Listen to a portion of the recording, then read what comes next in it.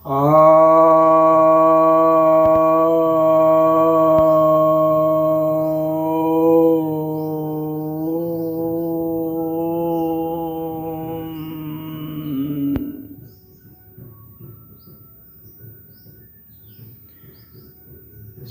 भक्तजनों को सप्रेम नमन।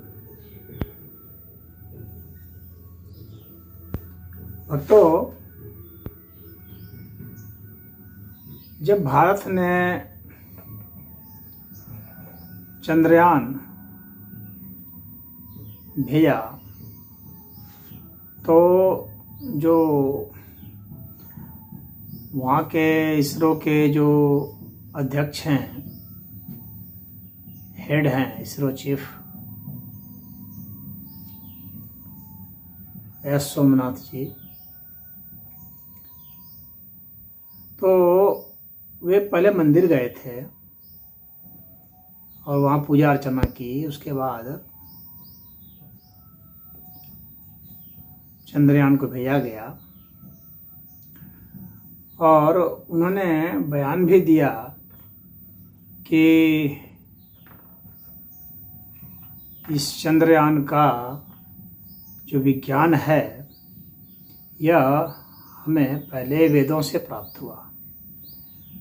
अब इससे बहुत लोगों को जो वेद विरोधी हैं, जो सनातन धर्म विरोधी हैं, उनको आग लग गई। कई कहने लगे कि वैज्ञानिकों को मंदिर नहीं जाना चाहिए, पूजा पाठ नहीं करनी चाहिए। वे ये मान के चलते हैं कि वैज्ञानिक लोगों को नास्तिक होना चाहिए, ईश्वर में आस्था नहीं रखनी चाहिए।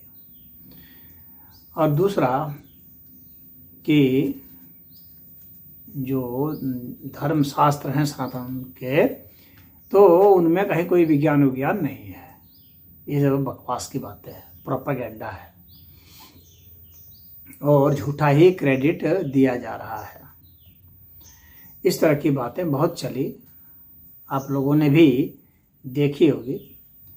तो उन्होंने कोई बहुत सफाई वगैरह तो नहीं दी, लेकिन कुछ लोगों ने दिया भी और कुछ लोग मुझसे भी आए, पूछे इस विषय पर, तो बहुत चर्चाएं इसकी चलती हैं। तो हम लोग देखेंगे कि पहले तो उनके उस संदर्भ में बात करते हैं। वैज्ञानिक का मतलब यह नहीं होता है कि जो ईश्वर को नहीं मानता है। वैज्ञानिक का अर्थ होता है कि जो तथ्यों को देखता है, प्रयोग करता है, तर्क से समझता है, उसके बाद जो निष्कर्ष निकलता है उसको मानता है, तब तक जब तक कि उसका पुनः खंडन किसी प्रकार से कहीं ना हो जाए। तो जो वैज्ञानिक हैं, तो जब वे सनातन धर्म के ग्रंथों को पढ़ते हैं तो उन्हें विश्वास हो जाता है कि ईश्वर संबंधित जितने भी तर्क रखे गए हैं वे अच्छे हैं। यहाँ मैं ईश्वर संबंधित तर्क को बहुत रखना नहीं चाह रहा, क्योंकि वो बहुत सारे तर्क जो हैं अन्य वीडियो में रखे गए हैं। ईश्वर अनंत है या अस्तित्व अनंत है, और इस अनंत अस्तित्व को ही ईश्वर कहा गया है। और इस अस्तित्व के अनंत होने पर जो है वैज्ञानिकों को आपत्ति नहीं है। और वैज्ञानिकों का यह एक बड़ा खेमा जो है वह मानता है कि यह अस्तित्व वास्तव में अनंत है। यह जो अस्तित्व है ये मल्टीवर्स है, इनफाइनाइट वर्स भी हो सकता है। तो इसका एक्सपेंशन और इसकी सब्टिलिटी जो है वो इनफाइनाइट है। तो इसको वैज्ञानिक मानते हैं और इस आधार पर भी वे ईश्वर की सत्ता को मानते हैं। और यह मानते हैं कि इस दुनिया में कोई भी जो घटना घटती है उसमें यह जो अनंत अस्तित्व है उसके सहयोग से ही वह घटना घट पाती है। तो जब व्यक्ति इसी को मानता है तो वह आस्तिक हो जाता है और वह पूजा इसलिए वह करता है, वह भक्ति करता है, वह भक्त हो जाता है। और जो वास्तव में भक्त है वही वास्तव में ज्ञानी है। जो भक्त नहीं है वह ज्ञानी नहीं हो सकता।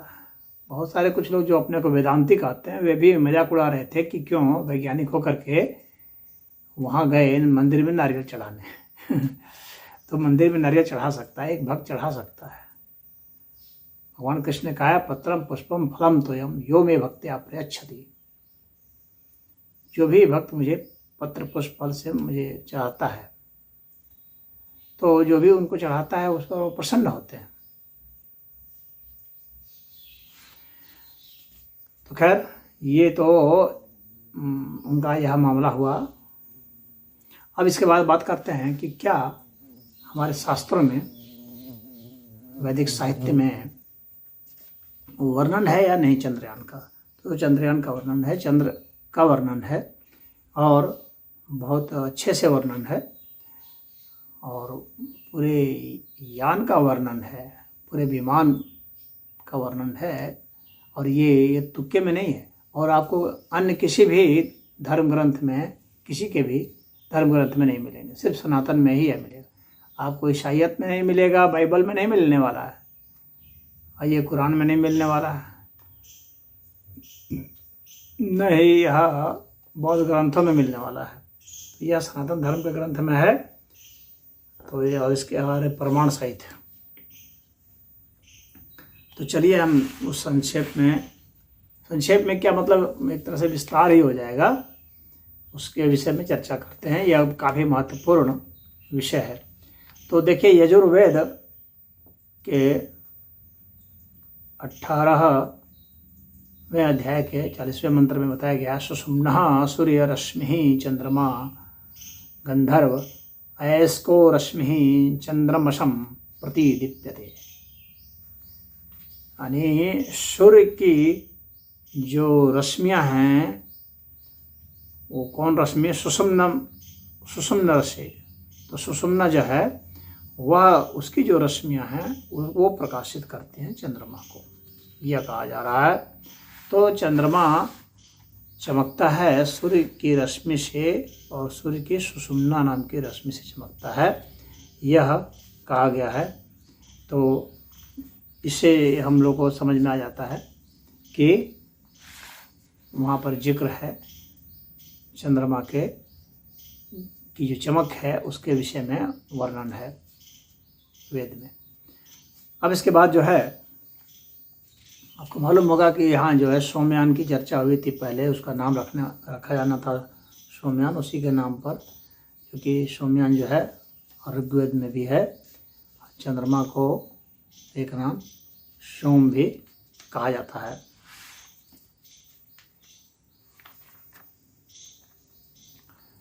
तो अब आपको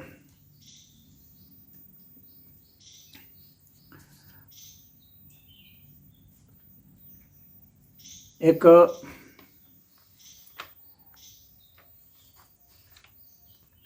अथर्ववेद के कांड 7 सूक्त 81 मंत्र 3 में इसका वर्णन है।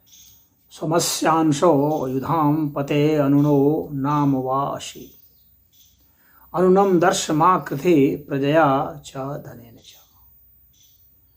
यानी ये जो सोम है, इस सोम से, इसके दर्शन मात्र से ही हम लोग को हर कुछ प्राप्त हो जाता है, ज्ञान ध्यान सब धन सब प्राप्त हो जाता है। तो सोम का इस तरह से वर्णन किया गया है।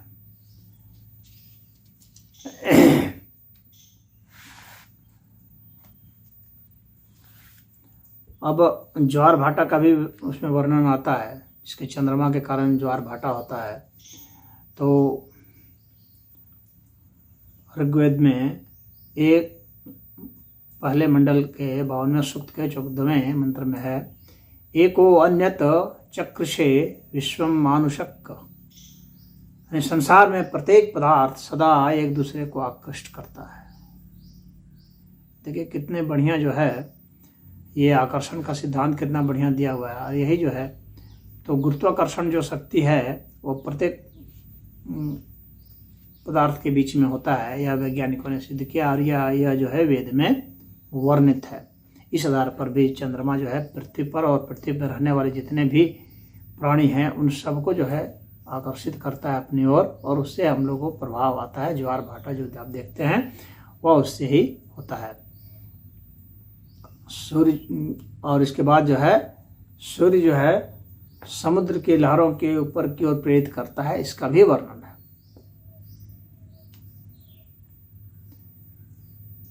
तो यह ऋग्वेद के 10वें मंडल के 123वें सूक्त के दूसरे मंत्र में लिखा हुआ है, समुद्रा दुर्मिम उदीयर्ति वेनो ना भूयः।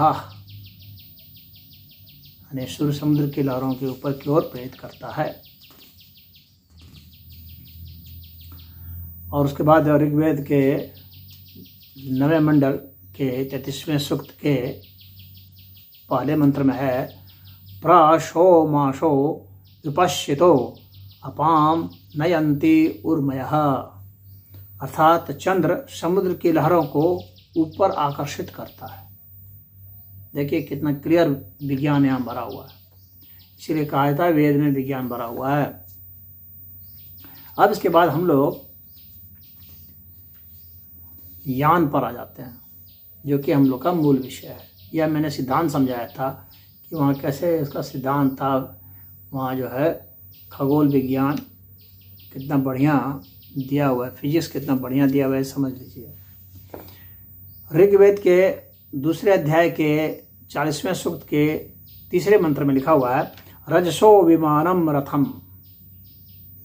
अर्थात लोकों के पार जाने वाला रथ, जो विमान है, जो रथ है।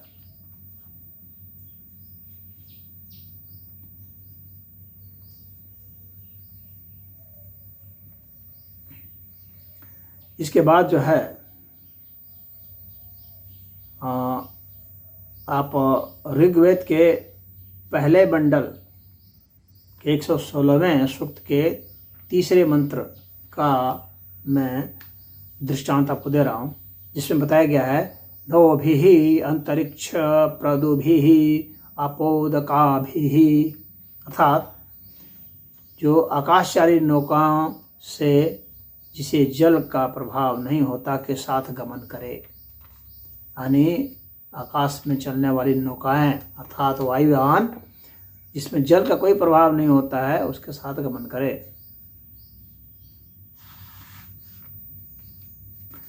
अब इसके बाद आप देखेंगे ऋग्वेद के पहले मंडल के 65वें सूक्त के 16वें मंत्र में कहा गया है, राजा मेधाभिरीयते अंतरिक्षेण यातवे। अर्थात राजा अपनी मेधा शक्ति से यानी तीक्ष्ण बुद्धि से अंतरिक्ष यात्रा की व्यवस्था करता है। यानी अंतरिक्ष यात्रा उस वक्त होती थी। अब ऋग्वेद के 9वें मंडल के 63वें सूक्त के 8वें मंत्र की यहाँ पर मैं आपको दृष्टांत दूंगा। ये सब मैंने आप लोगों के लिए तैयार किया है इतना काफ़ी परिश्रम से, ताकि मैं दृष्टांत देते हुए कह सकूं, प्रमाण के साथ कह सकूं। अयुक्त शूर एतशम पवमानो मानावधि अंतरिक्षेण यातवे। सूर्य के किरणों से सोमरस अंतरिक्ष में गमन करता है। स्पष्टता आप देख सकते हैं। अब इसके बाद अथर्ववेद में आते हैं और यह कांड 3 का 15वां सूक्त का दूसरा मंत्र है, ये पंथानो बहवो देवयाना अंतराध्यावा पृथ्वी संचरन्ति। स्पष्टता आप देख सकते हैं यहाँ पर। तो यहाँ अंतरिक्ष मार्ग के लिए देवयान शब्द का प्रयोग हुआ है। कह रहे हैं धावा पृथ्वी, यानी अंतरिक्ष में पृथ्वी के बीच में बहुत से देवयान मार्ग हैं, यानी बहुत से देवयान मार्ग हैं जाते हैं, जिससे इनसे व्यापारिक यात्रा करके लाभ उठाएं। इस तरह की बात बताई गई है। विमान रचना पर भी बातें बताई गई है, नहीं कि खाली ऐसा कह दिया गया कि भाई वहाँ जा रहे हैं। विमान रचना पर भी बहुत सारे बातें हैं, बताई गई हैं।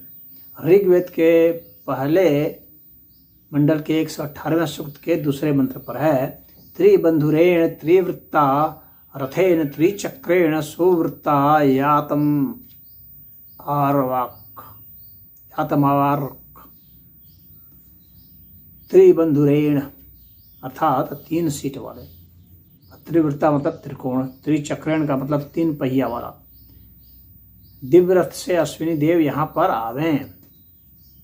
यातम अरवाक, सुवृत्ता यातम अरवाक। अब इसके बाद आप देखेंगे कि ऋग्वेद के दूसरे मंडल के 40वें सूक्त के तीसरे मंत्र की बात है। सोमा पूषणा रजसो विमानम सप्तचक्रम रथम विश्वमिन्वम विषुवृतम मनसा युज्यमानम तम जिनवथो वृषणा पंचरश्मिम। अर्थात सब लोकों में जाने वाले 7 पहिए वाले, पहिए तक का जिक्र है, बहुत विशाल, चारों ओर मुड़ सकने वाले, संकेत से चलने वाले, इशारों से चलने वाले, संकेत से चलने वाले तथा 5 इंजन वाले दिव्य रथ, यानी इसको आप एयरशिप भी कह सकते हैं, का प्रयोग करें। इस चीज का वर्णन किया हुआ है ऋग्वेद। और ऋग्वेद में ये अब देखिए चौथे मंडल के 36वें सूक्त के पहला जो मंत्र है उसमें क्या कहा जा रहा है, अनस्वो जातो अनभिसुरक्थ्यो रथस्ति चक्रः परिवर्तते रजः।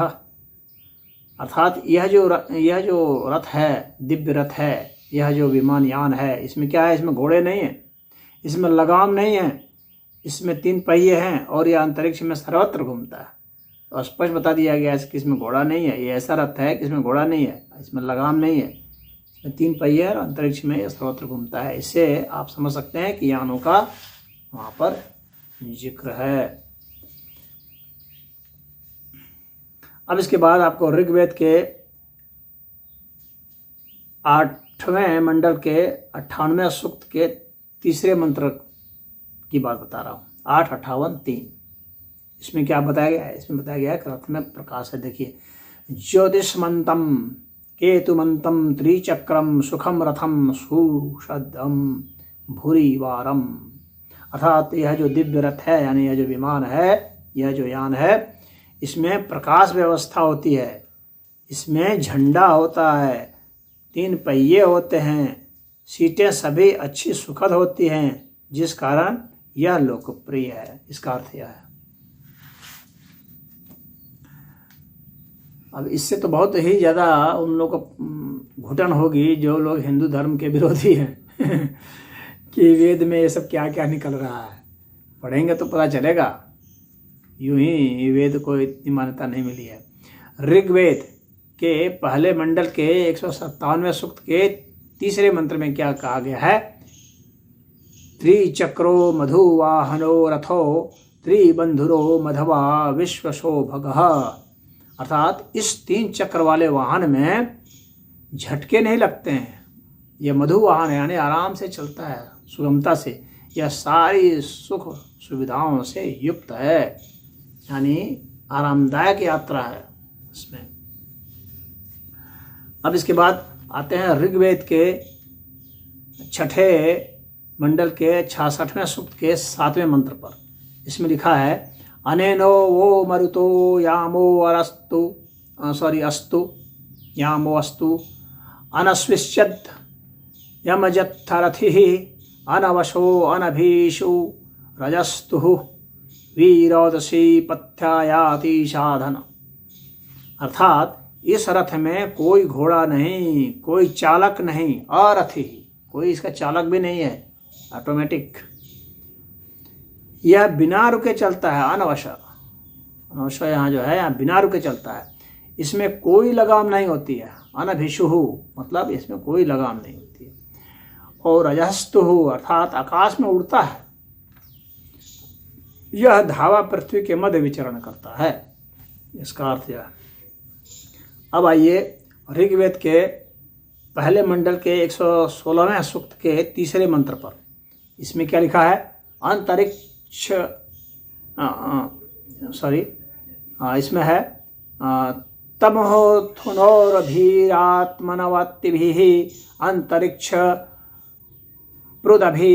पौदकाभिः। इसका अर्थ है अंतरिक्ष और समुद्र में चलने वाला यान है आत्मवंतिः, यानी सजीव की तरह। यह सजीव जो होता है, आत्मा जिसमें है, उस तरह से बताया जा रहा है कि आत्मवंती या सजीव की तरह यह चलता है।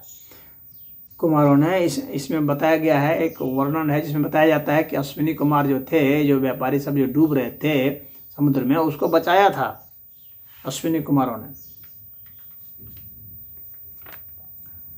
तो ये ऐसा है कि जो अंतरिक्ष में भी चलता है और समुद्र में भी चलता है। यहाँ पर कहने का मतलब यह है इस मंत्र का। अब आइए ऋग्वेद के तीसरे मंडल के 98वें सूक्त के 8वें मंत्र में, जिसमें कहा गया है रथो हवाम परिधावा पृथ्वी यतिशद्यः, यानी पृथ्वी और आकाश में उड़ने वाले विमान है।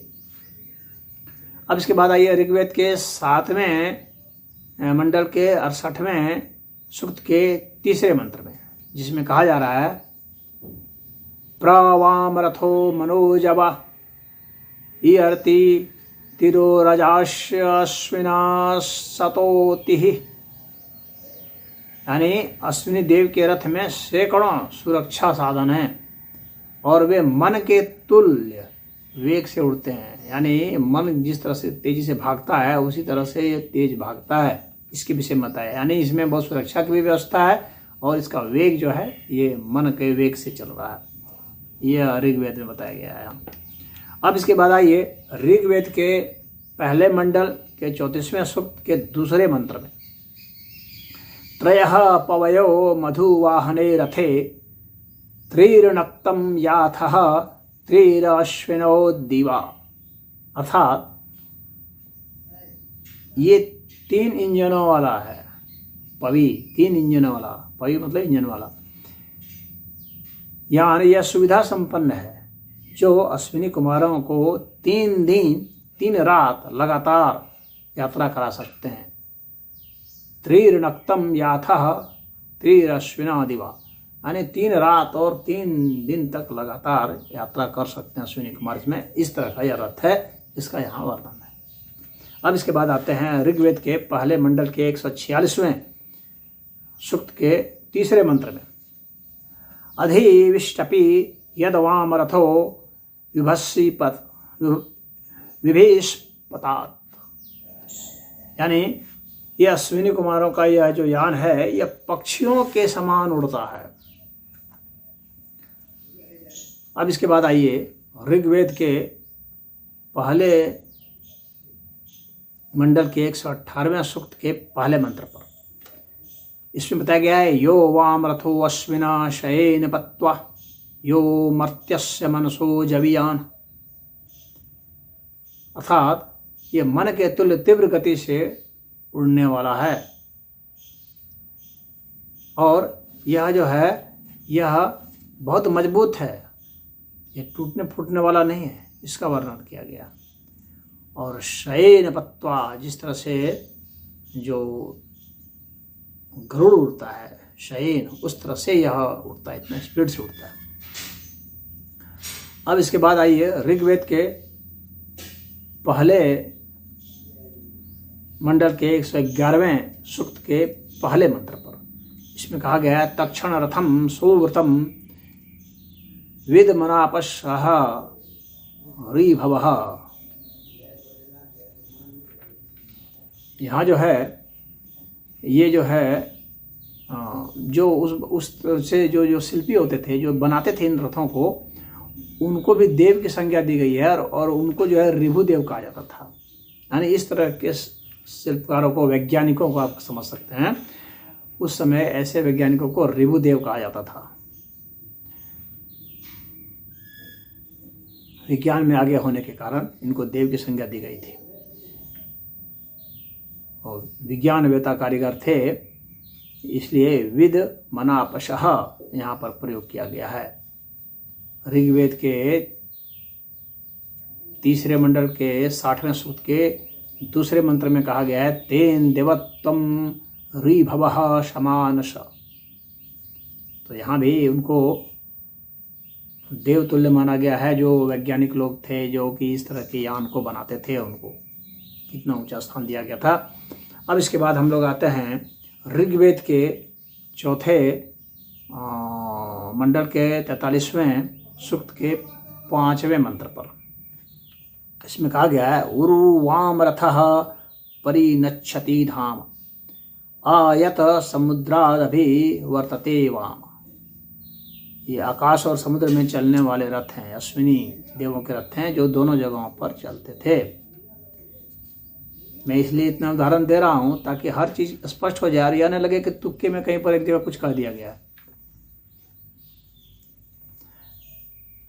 अब इसके बाद जो है हम लोग देखते हैं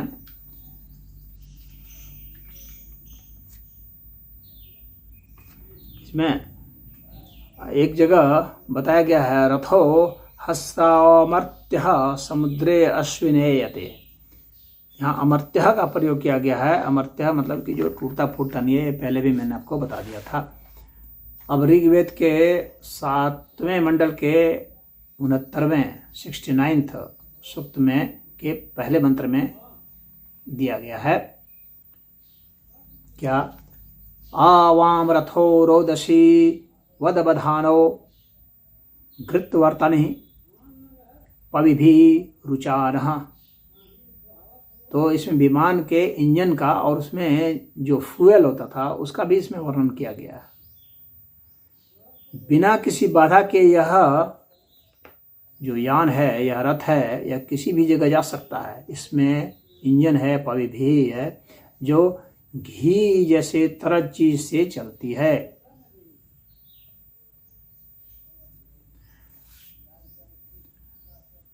और कहा जाता है कि अश्विनी कुमार का जो रथ जो था, यानी जो यान था, उसके पास 6 हॉर्स पावर का था, 6 अश्वशक्ति का था। खैर आगे आपको मैं अभी और बताऊंगा।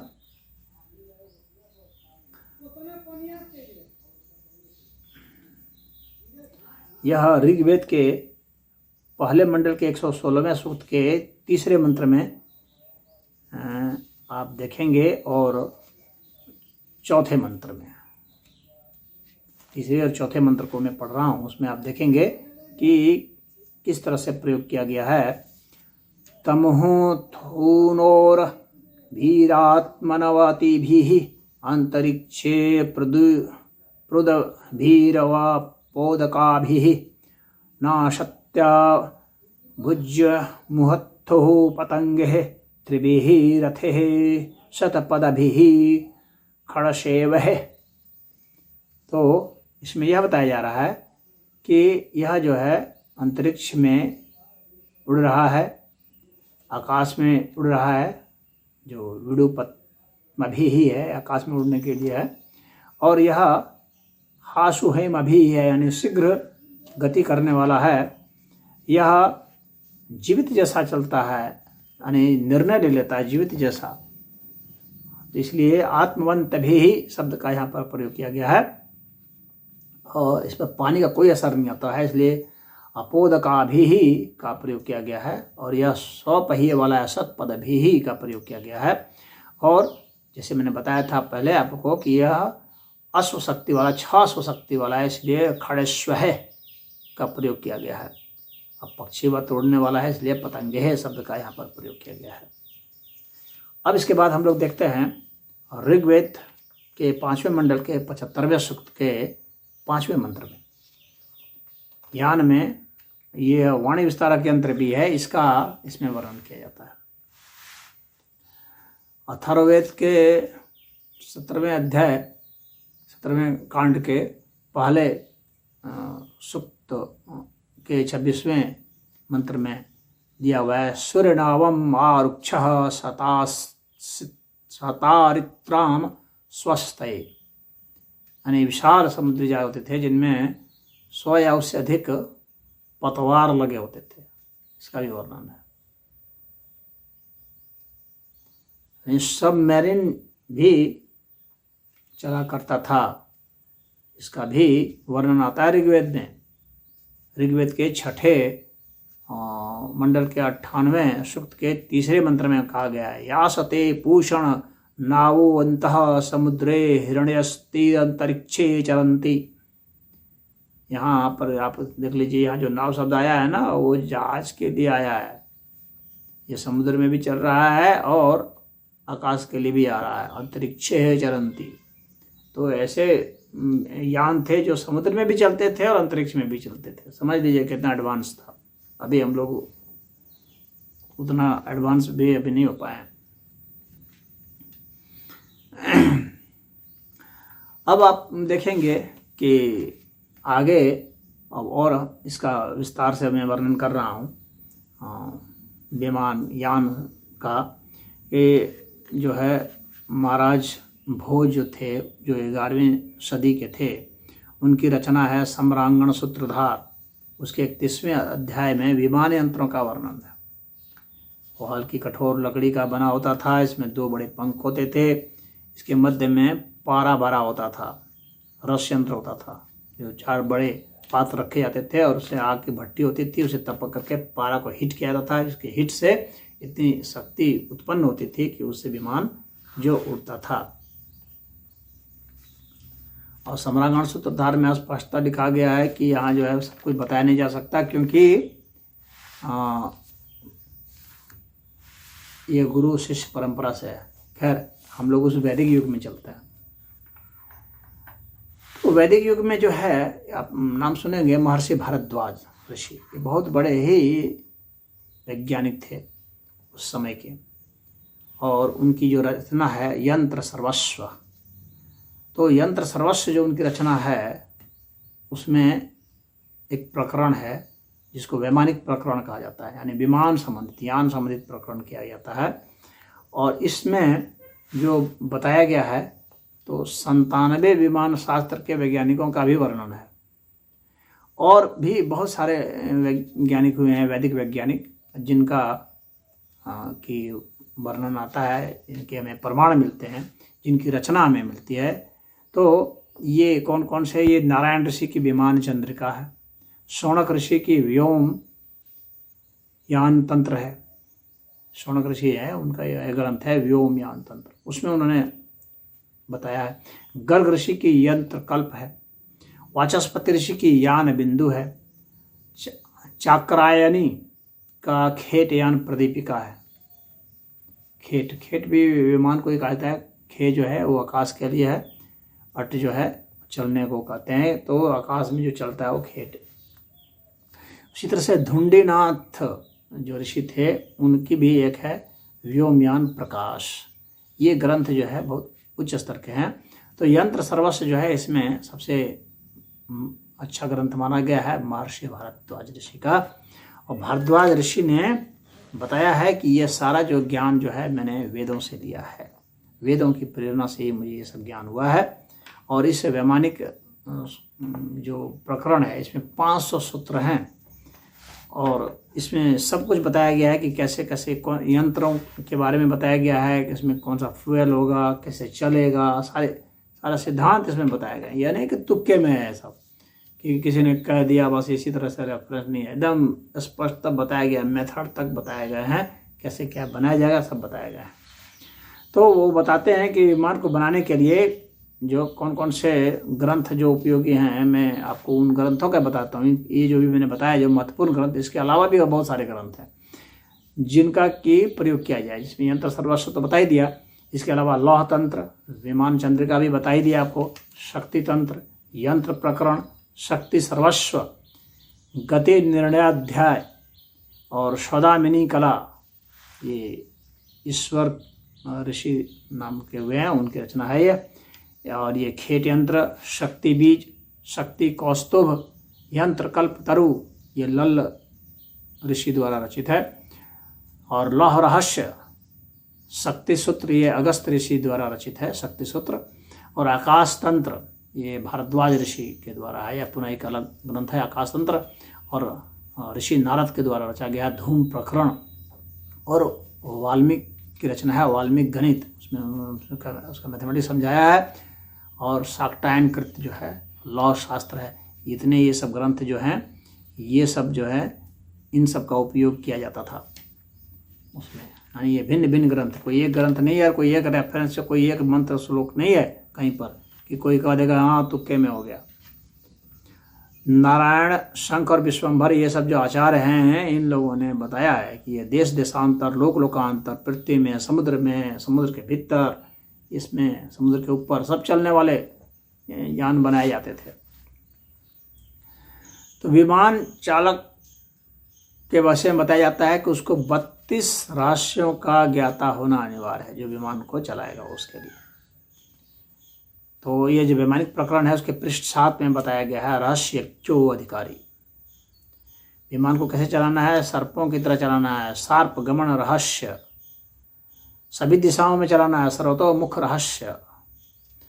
और दूसरे स्थान का चित्र लेना है, रूपाकर्षण रहस्य। दूसरे की क्रियाओं का संज्ञान लेना है, क्रिया ग्रहण रहस्य। दिशाओं का ज्ञान उसे होना चाहिए, उसका रहस्य जानना चाहिए, दिक् प्रदर्शन रहस्य, ये सब रहस्य बताया गया। आकाश मार्ग का उसको ज्ञान होना चाहिए, पंचच, ये पृष्ठ 18 में है। और आकाश में भंवर होते हैं, आकाशीय आवर्त उसको कहा जाता है, आकाश में भंवर होते हैं, तो उन भंवरों का भी उसको ज्ञान होना चाहिए। जब दो शक्तियाँ टकराती हैं तो उस तरह से भंवर बनती हैं, तो उसके विषय में भी बताया गया है कौन भंवरों के भी विषय में बताया गया कि वहाँ आकाश में कौन कौन से भंवर बनते हैं। तो उसमें बताया गया सत्यावर्त बनते हैं, वातावर्त बनते हैं, किरणावर्त बनते हैं, सत्यावर्त बनते हैं, घर्षणावर्त बनते हैं। इस तरह से ये बताया गया है। ये पृष्ठ 20 में है, आवर्ताश्य का करके यह श्लोक है। और आपको आश्चर्य होगा कि उस समय सौर ऊर्जा से विमान चलाने का विधान दिया गया। सौर ऊर्जा से, जो आज हम लोग सोचते हैं बहुत एडवांस है, लेकिन उस वक्त भी चलाने का वर्णन है। उसको शक्त्याकर्षक पंजर, जो कि तारों का जालीदार खटोला जैसा होता था, उसके विषय में बताया गया। उसमें मणि रखी जाती थी, सूर्यकांत मणि, इसको अंशुमित्र मणि भी कहा जाता था। सूर्यकांत मणि भी जो है ज्योतिष में प्रयोग होता है, इस मणि का प्रयोग किया जाता है। ये सूर्य की ऊष्मा को आकर्षित कर लेता है, इस मणि का प्रयोग किया जाता था। पृष्ठ 24 में लिखा हुआ है, देखिए, विमानस्योपरि सूर्यस्य शक्त्याकर्षण पंजरम, यानी वो उसकी शक्ति को आकर्षित करने के लिए, सूर्य की शक्ति को आकर्षित करने के लिए यह पंजर बनाया जाता है विमान, और विमान में यह स्थापित किया जाता है। पृष्ठ 341 में लिखा है, अंशुमित्र मणि शैव तत्शक्तिम अपकर्षति। ये जो अंशुमित्र है, यानी यही जो है सूर्यकांत मणि है, इसको स्थापित किया जाता था ताकि वह सूर्य की शक्ति को, तत्शक्तिम अपकर्षति, उसकी शक्ति को आकर्षित करने के लिए। और इसको आकर्षित करके कहाँ रखा जाता था, ये भी लिखा हुआ है पृष्ठ 240 में। अथ यंत्र मुखाद विद्युत शक्तिम सूर्या शुभे क्रमात्, कहा गया है कि उसको यंत्र के मुख पर रखते थे, जिसमें विद्युत शक्ति उत्पन्न होती थी, वो सूर्य की रश्मियों को लेने के कारण। देख लीजिए कहाँ पर वर्णन है इसका, शक्ति के रूपांतरण का कैसे वर्णन किया गया। पृष्ठ 344 में, ते समाकृष्य तत्शक्तिम पिबन्त्यति वेगतः, और इसके कारण जो है, उस शक्ति के कारण, उस आकर्षित शक्ति के कारण क्या होता था कि बहुत वेग के साथ विमान उड़ता था। कितना ढंग से बताया गया है। सनातन धर्म के शास्त्र को जो पढ़ता है वो जानता है। ये झूठी आलोचना करना, निंदा करना, वह एक दूसरी बात है। बिजली गिर जाए, उसके कारण विमान नष्ट हो जाए, उससे बचने के लिए भी यंत्र था, जिसको शिरह किलक यंत्र कहा जाता था। और देखिए उसके विषय में बताया गया है पृष्ठ 193 में, विमानस्योपरि अस्निपातम मेघवृंदात भवेत यदा तस्मात् तत् परिहाराय शिरः कीलक यंत्रकम।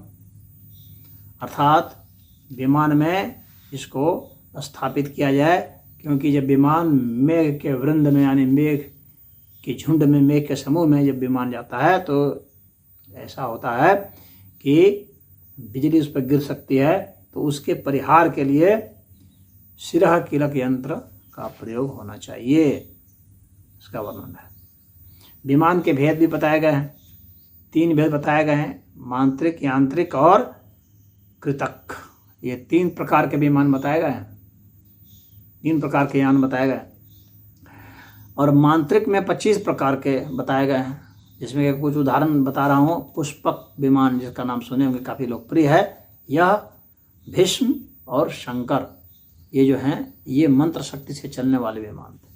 तंत्र शक्ति से चलने वाले 56 प्रकार के विमान होते थे, यान होते थे। तो जिसके उदाहरण हैं भैरव, नंदन और व्याघ्रमुख।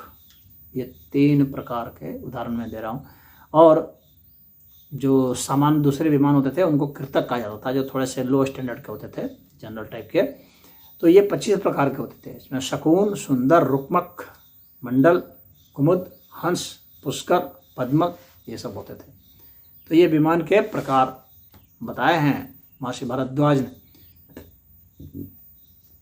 विमान रचना के लिए कौन सा लोहा सबसे अच्छा होगा, उसके विषय में बताया है कि राज लोहा जो है वो बहुत बढ़िया होता है। ये पृष्ठ 241 में बताया गया है। विमान के 28 अंग बताए गए हैं और उसके जो अंग हैं उसमें कौन कौन यंत्र लगेंगे ये भी बताए गए हैं। 240 से पृष्ठ 240 से 252 में है। इसमें औष्मयक यंत्र है, जो कि इंजन ही है, जिसमें ऊष्मा पैदा करता है, औष्मयक। और भट्ठी इसमें चलती थी, चुल्ली, विद्युत यंत्र होते थे। विमान को उठाने वाले पुच्छ भाग से होते थे। वात चोदना यंत्र होते थे, वायु को फेंकने वाले यंत्र होते थे। वातपा यंत्र होते थे, वायु को गर्म करने वाले, तारों का जो गुच्छा मैंने बताया आपको। और दिशा दर्शक यंत्र भी होते थे। विमान की 12 गतियों का वर्णन है पृष्ठ 72 से 77 तक में। विमान के 32 यंत्र हैं, इनमें से कुछ के नाम बता देता हूँ। विश्व क्रियादर्श यंत्र, शक्ति आकर्षण यंत्र, विद्युत यंत्र, शक्ति उद्गम यंत्र, शक्ति पंजर कीलक, सूर्य शक्ति आकर्षण यंत्र, शब्दाकर्षण यंत्र, स्तंभन यंत्र, दिशापति यंत्र। ये पृष्ठ 78 से 84 तक में वर्णन है। इसमें फ्यूल के रूप में पारद का प्रयोग होता था, यानी पारा का प्रयोग होता था, मरकरी का प्रयोग होता था। ये पृष्ठ 80 में वर्णन है। तन्मूले पारद द्रावम मध्य केंद्र समम यथा, यानी उसके मूल में पारद द्रव्य को रखा जाए, मध्य में रखा जाए। शक्ति आकर्षण यंत्र जो था ना, सौर ऊर्जा के आकर्षण का यंत्र था। और इसके संग्रह के लिए 6 मणियाँ लगाई जाती थी। यह पृष्ठ 87 में वर्णन है। पृष्ठ 107 से 110 में वर्णन है कि विमान में 103 मणियों का प्रयोग होता था। विमान के शिरोभाग में 103 मणियों को लगाया जाता था, माने यहाँ सबसे आगे वाले हिस्से में उसको लगाया जाता था। और ये जमीन पर भी चलना और जल में भी चलना और आकाश में भी उड़ना, इस तरह के जो यान होते थे वो बहुत उच्च स्तर के होते थे। उसको त्रिपुर यान कहा जाता था, त्रिपुर विमान कहा जाता था। ये पृष्ठ 302 में इसका वर्णन है। त्रिपुर यानी 3 पुर, उसमें 3 अपार्टमेंट्स होते थे, उसका वर्णन किया गया है इसमें। पृष्ठ 302 में इसका देखिए वर्णन किया गया है। पूर्वत्रयेण संयुक्तम विमानम त्रिपुरम विदुः भास्कराम सुसमुद्भूत शक्त्या संयोदितम भवेत। अर्थात यह त्रिनेत्र नामक लोहा से बनाया जाता था। त्रिनेत्र लोहा बनाने की विधि भी बताई गई है इसमें, पृष्ठ 303 और 304 में। और इसमें यह भी बताया गया है कि विमान का जो है आवरण है उसको घेर दिया जाए, किससे? अभ्रक से। अभ्रक का आवरण कर दिया जाए। अभ्रक जानते हैं आपको, जो है जो कि हीट का वो कुचालक होता है और विद्युत का भी कुचालक होता है। इसलिए अभ्रक का बहुत ज़्यादा प्रयोग होता है, बहुत सारी मशीनरी में अभी भी प्रयोग होता है। तो इसमें अभ्रक का प्रयोग लिखा हुआ है पृष्ठ 308 से 310 13 में, और शुद्ध अभ्रक का प्रयोग लिखा है और शुद्ध अभ्रक बनाने की विधि भी बताई गई है। तो इसमें विविध यंत्र जो लगे रहते थे, अन्य यंत्र भी जो लगे रहते थे, जिसका कि अभी जो मैंने आपको नहीं बताया अभी, तो उसका भी कुछ नाम मैं बता देता हूँ। भाषाकर्षण यंत्र होता था, यानी दूर की बात सुनाने वाला। दिक्प्रदर्शक यंत्र होता था, दिशाओं बताने वाला। काल मापक यंत्र भी होता था। शीतोष्ण प्रमापक यंत्र होता था, शीत और उष्ण तापमान टेम्परेचर को भी नापने वाला यंत्र होता था। और त्रयास्य वात निरसन यंत्र होता था, यानी 3 मुंह वाला होता था ये, इसमें वायु को निकालने का यंत्र होता था। सूर्यात तोप संहार यंत्र होता था, सूर्य के धूप को रोकने वाला यंत्र होता था। अति वर्षोप संहार यंत्र होता था, अति वर्षा को रोकने वाला यंत्र होता था। तो इतना मैंने आपको विस्तार से वर्णन कर दिया। इतना से ये प्रमाण काफ़ी है कि वेद में और वैदिक साहित्य में यान का वर्णन है। तो चंद्रयान के ऊपर जो लोग छाती पीट रहे हैं, हाय तौबा मचा रहे हैं, उनको समझ जाना चाहिए कि जो सोमनाथ जी ने कहा है वो गलत नहीं कहा है। विमान यान बनाने के जो सबसे प्राचीनतम जो हमारे जो रेफरेंस है, जो ग्रंथ है, जहाँ से हमें प्रेरणा मिलती है, वो वेद ही है। मुझे उम्मीद है कि आपको यह वीडियो ज्ञानवर्धक लगा होगा और आपको अपने वेद पर और अपने साहित्य धर्म पर गर्व होगा। हरि ओम।